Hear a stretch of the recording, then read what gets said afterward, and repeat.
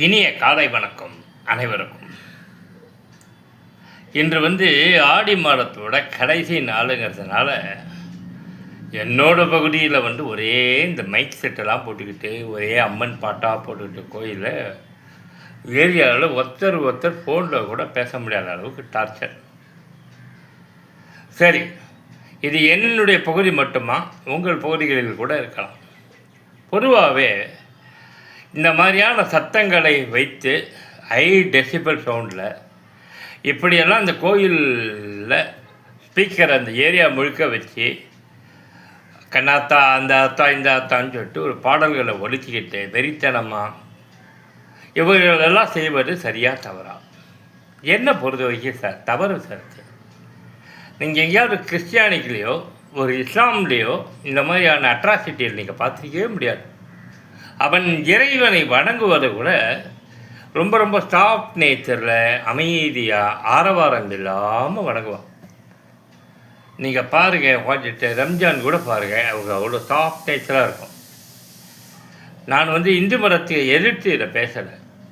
நம்ம மதம் தான் சிறந்த மதங்கிறது கூட நான் சொல்லுவேன். நான் பொதுவாகவே எனக்கு இந்த மதவாதிகளே பிடிக்காது.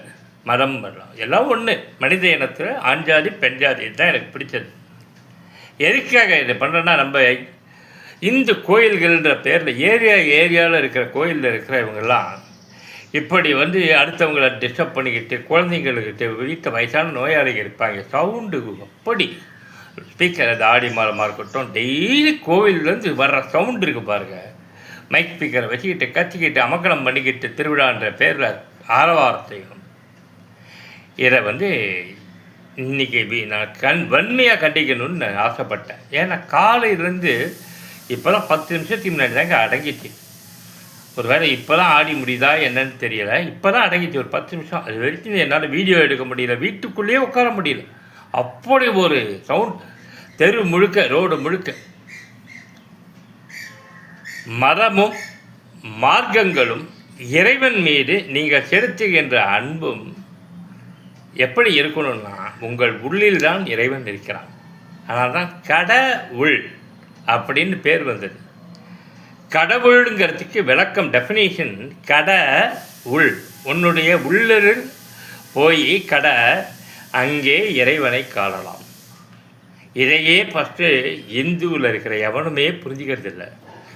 புரிஞ்சுக்கிருந்தானா இப்படி கோயில் இதயம் வச்சுட்டு ஆரவாரம் பண்ண மாட்டான், 500 ரூபாய் டிக்கெட் போட மாட்டான், மணிக்கணக்கில் 8 மணி நேரம் 10 மணி நேரம்லாம் தரிசனத்துக்கு இருந்து ஐயர் தனியாக ஸ்பெஷலாக மாலை போட்டு அவர்